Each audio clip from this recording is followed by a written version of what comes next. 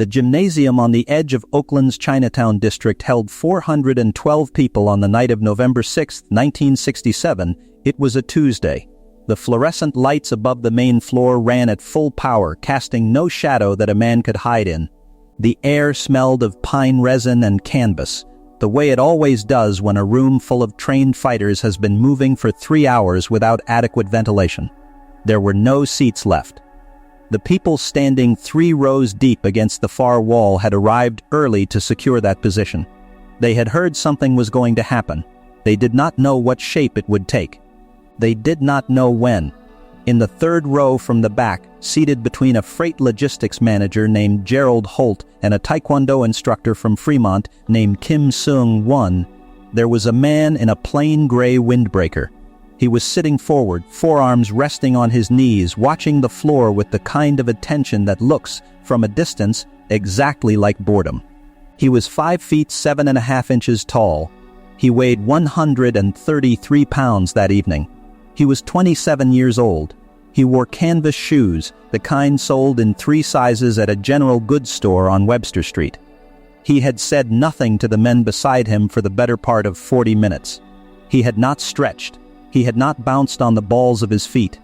He had not done any of the things that trained men do in the presence of other trained men to signal what they are. Nobody in that room, save perhaps 2 people, knew who he was. In 18 seconds, 411 of the remaining people would know something had changed.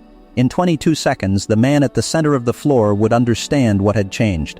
And in the 11 minutes that followed, a single private sentence, spoken at a volume only one person could hear, would reach a decision that the man on the receiving end of it would carry for the rest of his long career.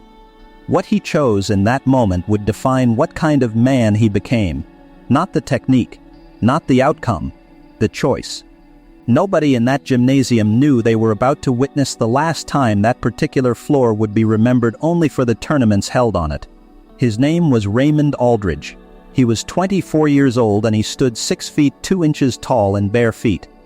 He weighed 191 pounds in fighting condition, and he had been in fighting condition, by his own accounting, since the age of 15. He had trained under 3 different masters across 2 continents. He held a 3rd-degree black belt in Shotokan karate, a certification he had earned at a school in Osaka that had produced 4 national champions in 8 years. He had competed in 31 sanctioned bouts across California, Nevada, and British Columbia between the years 1963 and 1967. He had won 31 of them. He had been knocked down in none of them. That last number was the one that preceded him into every room he entered. Not the wins, the 0. In the competitive martial arts community of the American West Coast in 1967, the 0 knockdowns was spoken of in the same register that people use for statistics that seem, on their surface, like they cannot be true. Other fighters had tried to locate a flaw they could exploit. The men who had gotten closest had been unable to close the distance. Aldridge moved with an economy that his instructors described in 2 separate written assessments as geometrically intelligent. He did not move more than was necessary. He did not leave openings where openings should not be. He was not unbeaten because his opponents were weak. He was unbeaten because he was very, very good at the specific geometry of preventing men from reaching him while he reached them first. That evening, he had already demonstrated this in front of the 412 people in the gymnasium. He had taken the floor at 8:47 in the evening as part of a structured demonstration program and had moved through 3 consecutive exchanges with instructors of varying disciplines, each lasting between 90 seconds and 3 minutes. He had not been touched in any of them in a manner that mattered. The 3rd instructor, a judo-trained Aikido practitioner from San Jose named Thomas Breckenridge, had attempted an entry on Aldridge 7 times in the span of 2 minutes and 40 seconds and had succeeded in reaching him twice. Neither attempt had produced what Breckenridge was hoping for. When it was over and Aldridge bowed and the room acknowledged what it had seen, there was a particular quality to the applause. It was not the applause of a crowd that has been entertained. It was the applause of a crowd that has been educated in the existence of something above their current understanding. Aldridge accepted it without performance. He stood straight. He nodded once. He was not a man who sought the applause for its own sake. He sought the validation that confirmed a belief he had spent 9 years constructing, that what he had built, Inside the particular geometry of a fighting floor was something that could not be unmade. That belief was the only thing in the room that was wrong. What happened next has been described by 4 witnesses in interviews spanning a period of 31 years. With the most recent account given in 1998 by Gerald Holt, the freight logistics manager who had been sitting beside the man in the gray windbreaker. Holt's description of the sequence is the most precise of the 4, and it is the one that the others, when read against it, tend to corroborate rather than contradict. Holt said that Aldridge took the microphone from the event organizer, a man named Peter Chang, without being invited to do so. He said Aldridge took it the way a man takes something he has decided already belongs to him. He stepped forward on the floor, and he waited for the room to quiet, and then he spoke in a carrying voice that Holt described as composed and direct. He said that he had heard, from several people in the community, that there was a man being presented in certain circles as a revolutionary force in the martial arts. He said he had a specific interest in this claim, given what he had spent 9 years building himself. He said he wanted to invite this man, if he was present, to demonstrate what the revolution looked like in practice. He said the phrase demonstration of theory twice. He said the word theory the way a man says a word he has already decided means the opposite of what it claims. And then he said the sentence that became the title. He said, "I have never once been knocked from my feet by a man who understood what he was doing. I would like to meet the man who can change that tonight."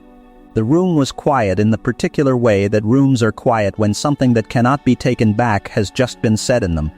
In the 3rd row from the back, the man in the gray windbreaker lifted his head from the position it had been in for 40 minutes. He looked at the floor.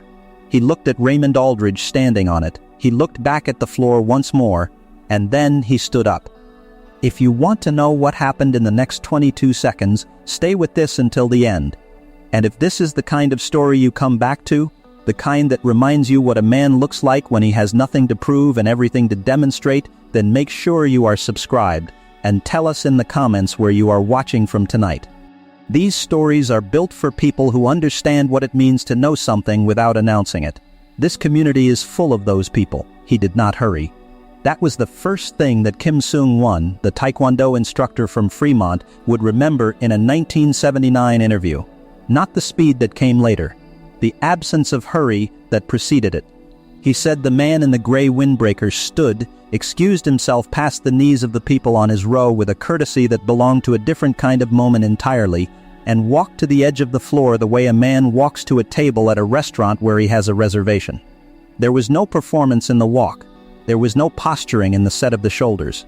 There was nothing in the carriage of the body that announced what the body was capable of.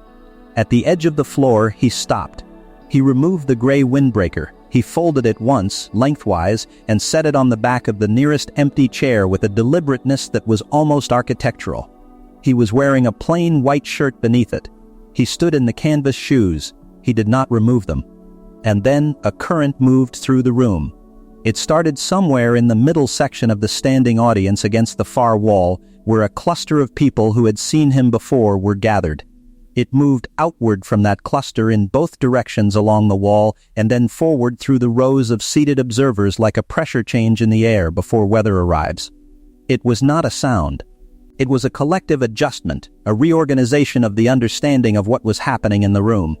Peter Chang, the event organizer, set his clipboard down on the table beside him with a careful sound and did not pick it up again. Thomas Breckenridge, who had just spent 3 minutes unable to reach a man properly, turned from where he was standing and looked at the floor and then looked at Raymond Aldridge on it with an expression that Holt would later describe as the face of a man reassessing a problem he thought he had already solved. Raymond Aldridge saw none of this. He was looking at the man in the white shirt and canvas shoes who had stopped 8 feet from him. And he was doing what trained fighters do when they first confront the unknown. He was reading. He was reading height, weight, stance, the position of the hands, the slope of the shoulders. He was reading for the category the man in front of him belonged to. He was building a model. He had built this model 31 times before, and the model had been correct each time. The man in the white shirt said nothing. He did not announce himself. He did not offer a name. He looked at Raymond Aldridge with a quality of attention that had no threat in it, no challenge, no performed calm. It was simply attention. the attention of a craftsman examining a problem in his own field. He had already lost. He simply did not understand that yet. A fight is not about contact. This is the misunderstanding that most people carry into a gymnasium and most trained fighters spend years disassembling. A fight is a conversation about space. It is a negotiation, conducted at speed, about which of two men controls the geometry between them. The man who controls the geometry controls the fight. The man who cannot control the geometry cannot win, regardless of what his hands are capable of when they arrive. Raymond Aldridge had won 31 times because he was better than 31 different men at this particular negotiation. He controlled the space. He kept the distance he wanted and closed it when he chose. What he had never encountered in 31 attempts was a man who had redesigned the terms of the negotiation entirely. Second one, Aldridge moved first. He feinted left, a shoulder dip entry that had produced results in 14 of his 31 bouts, and that Thomas Breckenridge had attempted to read and failed to read correctly 47 minutes earlier. It was a correct choice. It was the correct first move against an unknown opponent of unknown discipline. A probe designed to gather information rather than produce immediate effect. The man in the white shirt did not move away from it. He did not step back. He adjusted by 3 inches to his right, a lateral slip so small that Gerald Holt, watching from 8 rows back, initially believed the man had simply stood still and that the feint had failed to produce a reaction at all. It had produced a reaction. The reaction was just smaller than the movement that prompted it by a factor of roughly 4 to 1. Second 2. Aldridge read the non-retreat as confidence and adjusted his model accordingly. He committed to the entry, closing the 8 feet between them at the speed he used when he decided the negotiation was over. It was a controlled commitment. A professional entry. The kind of movement that had produced knockdowns in 7 of his 31 bouts and had produced the information necessary for the finishing sequence in 11 more. The man in the white shirt moved again, not back, not away. Sideways and fractionally forward, so that what Aldridge's entry arrived at was not the position it had been aimed at, but a position 6 inches to the left of it that had not existed as an option 0.8 of a second ago. Peter Chang would describe this later as watching a door open just before someone walks through it, so that the person walks through an empty frame into a room they did not intend to enter. Second 3. Aldridge's first technique landed on nothing. Kim Seung-won said the sound in the room at this moment was a sound he had heard only one other time in his life, at a demonstration in Seoul in 1961, and that he had no word for it in either of the languages he spoke. He said it was the sound of a large number of trained people simultaneously understanding that what they were watching did not belong to the category of event they had been watching. The man in the white shirt was now inside the geometry. He was in the space that Raymond Aldridge had controlled for 9 years, had never had to share. He was inside it without force, without collision. He was simply there, the way a thought arrives in a room before the words that carry it. Aldridge did what a man does when his model fails. He attempted to rebuild it at speed. He pulled his left elbow down to protect the center line and drove his right shoulder forward to create separation. Second 4. The man in the white shirt turned at the hip. Not a block, not a parry. A rotation of perhaps 25 degrees that transferred the momentum of Aldridge's shoulder drive into a direction Aldridge had not chosen. For the first time in 31 bouts, Raymond Aldridge felt the geometry shift beneath his feet in a way that his feet had not caused. Second 5. His right knee touched the canvas. Thomas Breckenridge put both hands flat on the table beside him. He did not take them off the table for the next 4 minutes. He said later in a 1991 interview with a Bay Area martial arts publication that what he had watched between seconds 1 and 5 was the most compressed and complete demonstration of distance principle he had ever seen in person, and that he had been studying the martial arts for 22 years when he saw it. Second 6. The man in the white shirt had a hand extended, not in a fighting position, not in a finishing position, extended downward, palm up, at the height of Aldridge's shoulder as Aldridge knelt on the canvas, in the posture and at the angle of a man offering to help another man stand. The room did not breathe. A boot sole moved on the floor near the far wall. The ventilation system ran above the lights. A car passed outside on the boulevard and its engine faded with complete indifference to what had happened inside the building. Raymond Aldridge looked at the hand above him for a moment that Holt timed in a 1998 interview at approximately 4 seconds. He said it was one of the longest 4-second intervals he had ever personally witnessed. He said it had a quality of weight to it that he could still feel 31 years later when he thought about it, which he did not do frequently but which he could access without difficulty when asked. Aldridge took the hand. The man in the white shirt raised him, not with effort but with the mechanical efficiency of a thing that is simply done, and when Aldridge was standing again, the man in the white shirt leaned forward by a very small amount and said something that only Raymond Aldridge could hear. Holt said he could see the words leave the mouth of the man in the white shirt. He could not hear them. He said the sentence lasted approximately 5 words, possibly 6, and that whatever the words were, Aldridge's face changed on the second or third word of them in a way that Holt said he had only seen a face change when a person receives news that reorders something fundamental in their understanding of their own situation. What those words were, Raymond Aldridge did not repeat publicly for 19 years. In a 1986 interview printed in a small California martial arts journal, Aldridge said that the man in the white shirt had said, "You were never standing on the ground you thought you were standing on. Now you are." Aldridge said he had stood in the gymnasium and thought about that sentence for a period of time that felt much longer than it probably was. He said the man in the white shirt had already retrieved his gray windbreaker from the chair by the time Aldridge had finished thinking about it. He said the man in the white shirt had walked toward the exit in the same direction and at the same pace that a man walks toward an exit when he arrived somewhere with a specific errand and has completed the errand. Thomas Breckenridge reached the exit ahead of him and put his hand on the man's right shoulder briefly as he passed. Not to stop him, not to ask anything of him. Breckenridge said later that he did not know why he did it, except that he felt the specific need to confirm that what he had spent 6 seconds watching had been produced by a physical person and not by a revision of some rule he had believed to be permanent. The shoulder was there, the man was real. He walked out into the Oakland night, and the door closed behind him and the room began, slowly, to breathe again. What Raymond Aldridge did in the 4 seconds he spent looking at the hand extended above him is the part of this story that matters most. He could have declined. A man who has spent 9 years constructing an identity around a zero has something to protect in the moment the zero is challenged. Other men in similar moments have chosen the protection. They have found an excuse in the geometry, the floor was slick, the light was wrong, the opponent was given an advantage by the setup of the room. These are not always false. They are simply what a man reaches for when the alternative is harder. Aldridge took the hand.